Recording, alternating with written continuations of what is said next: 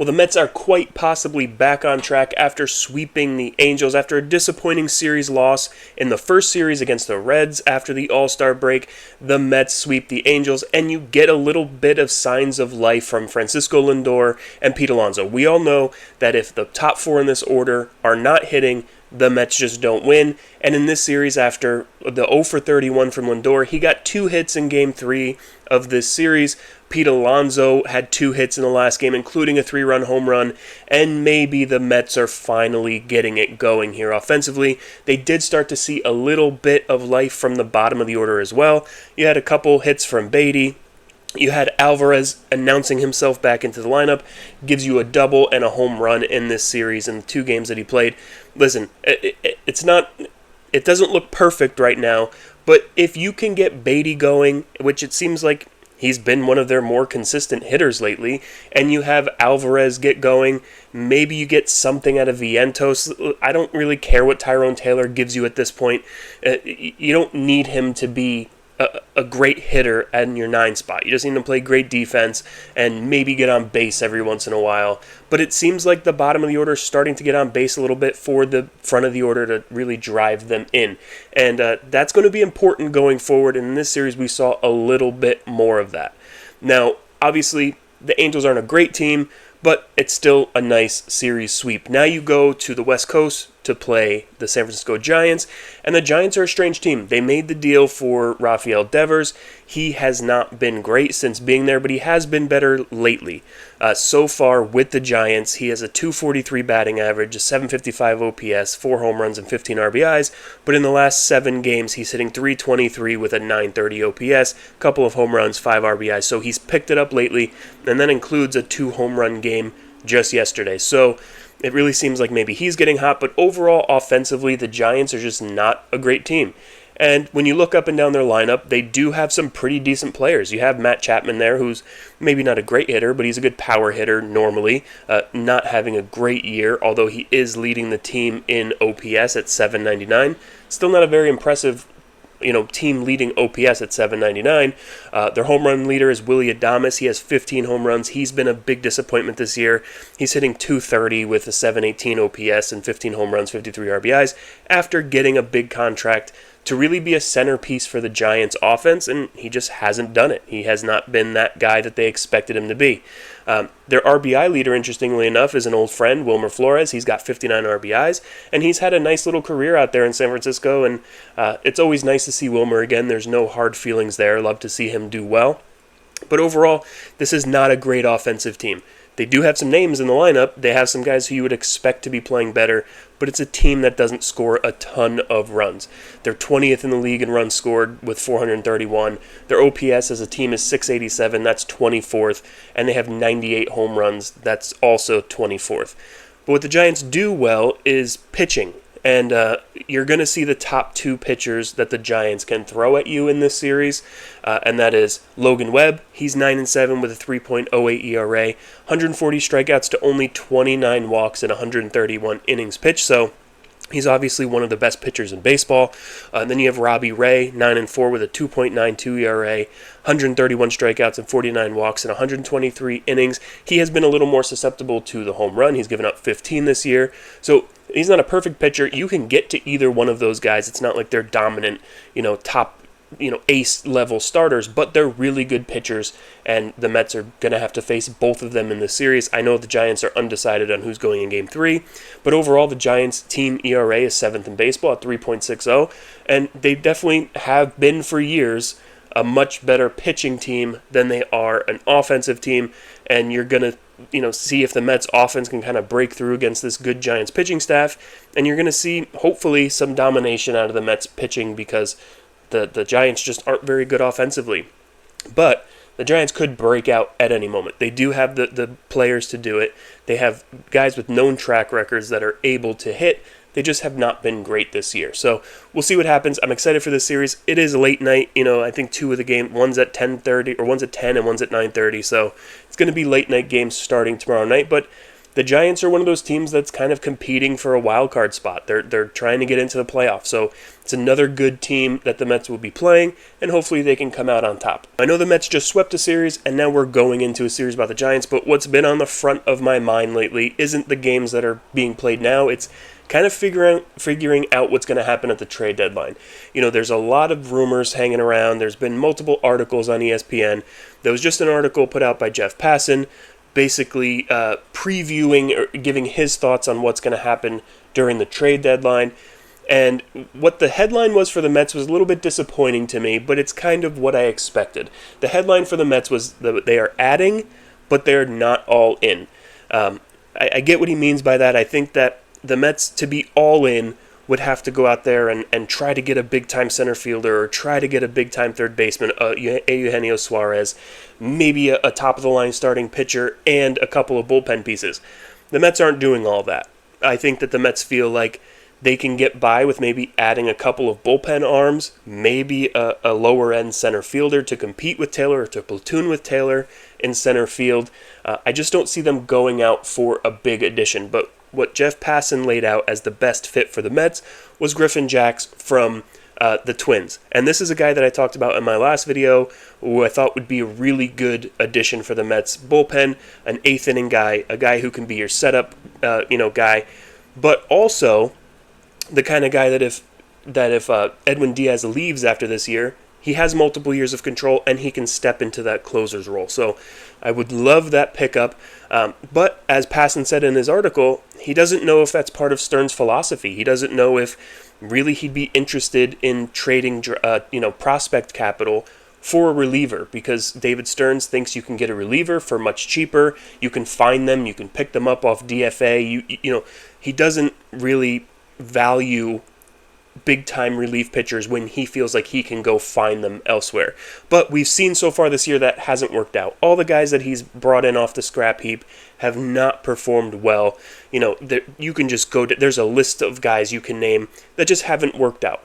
And maybe now he's thinking, I need a real solid piece in the back end of this bullpen to set up for Edwin Diaz. Edwin Diaz has been great, but everyone else has been very spotty. So would love to see Griffin Jax, but he says it might be more of lesser arms like Brock Stewart, also from the Twins, or some Orioles lesser arms, maybe a Sir Anthony Dominguez or something like that, which, hey, I wouldn't hate on. If you're adding a couple lower-end arms, middle reliever types, I'd be okay with that as well.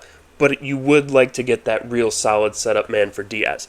But he kind of laid out, if the Mets were to go for it, he said they would basically be adding multiple relievers and also upgrading at third base by going after Suarez and Luis Robert in center field. Now, for a long time, I know the Mets have been linked to Luis Robert. Wasn't a guy that I was interested in at all. But as time goes on, he's starting to hit a little bit better, first of all. And I just think a change of scenery for him, with all the talent he has, the speed, the power, everything that he offers, I think it would be worth a flyer on him if you're not giving up much to get him. Or if maybe the White Sox are willing to pay some of that salary down. I know he has team options for the next couple years at $20 million. Maybe they pick up the option and pay some of that down. I don't know how that would all work out. But if they're willing to take basically nothing for him or eat some of the money, then I think it's worth a deal for the upside. You're getting a guy who has not performed well. You're getting on a down year, or a down couple of years, really. But the upside is there for him to be a real star. He was becoming a star a couple years ago, and would love to. I think I would love to see them make that deal at this point. I think that's really what the most we can expect in center field. We're not getting Byron Buxton. You're not getting a big-time center fielder. But Robert has the highest upside of anyone that's available. Now, another interesting point that was made by Buster Olney was that he believes that Dylan Cease may be available, the starting pitcher for the San Diego Padres. While the Padres want to continue to contend and want to continue to try to make the playoffs, they think that they can trade a starting pitcher like Cease for some depth in other areas. And if he is available, I think that's one of the deals for a starting pitcher that the Mets could make, because basically it seems like their philosophy is they're not looking to add a starting pitcher on the margins. If they add a guy, it's to get a guy who will be a playoff starter, a more top-end type of starter, and Cease fits that bill. He's had a very down year this year. He's 3-10 with a 4.5 ERA, but he's got 144 strikeouts and 42 walks and 113 innings pitched.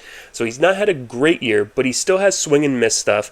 He's got a 1.3 whip, not great, not what you necessarily want to see, but his expected ERA is 3.48. So his current ERA is a full run higher than his expected ERA. So it shows that he's been very unlucky this year. John Heyman also said this was a possibility for the Mets, but it's a long shot. So we don't know that he's going to be traded, and if he is, what do you have to give up to get him? He would be a rental. I don't think you're giving up a ton. You're not giving up a top 5 prospect, maybe a lower end top 10 or top 15 kind of guy, and then a guy maybe outside of your top 30. I'm not sure what the exact prospect capital would be going back, but it's definitely a guy you'd be interested in because of his stuff and because of what he's able to do. Strikeouts, swing and miss. I just think that he's probably worth the risk if you're not giving up a ton to get him. I'd love to see the Mets make that deal. I don't know who that pushes out of the rotation at that point. Maybe Montas, maybe Clay Holmes goes back to the bullpen.